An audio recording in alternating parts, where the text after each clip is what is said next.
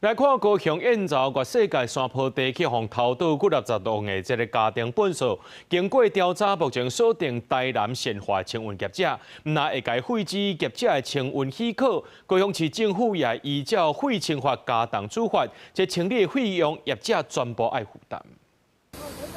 清洁人员提粪扫地一直清运，高雄燕巢一搭挖进越世界山坡地，去互不法业者偷盗真侪家庭粪扫。环保人员出动清洁人员，连清2天，总算伫18张道清刷。我们一定严惩严办啊！这个偷盗垃圾，这个对象都已经掌握啊。从11月初，几次的测试。我们也都交由警方。但今卖下令要严办，因为互人偷盗的60栋粪扫，强要加路面边悬。警方清查路边的路段，这2个月监视器的画面，确认业者偷盗会当日加这个月初1。环保局会配合检警追查，后续原来会依照废清法加重处罚行为人，并求偿代清理的费用。环保局昨日清除约世界垃圾。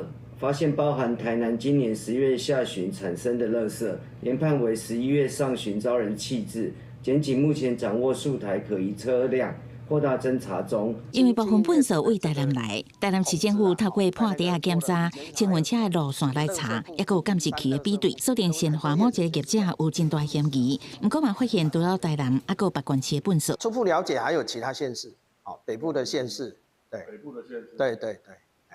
那但是我们不清楚是这个业者也去北部收运垃圾，因为我们知道很多清运业者是北部南部这样跑的。台南市政府已经掌握部分粪扫来源的业者，不过清运业者爱去查到了后会废止清运许可，佮透过电子围篱等甲中央合作的清除机构管制作为，加强道路的查严格防止去别县市乌白道的行为。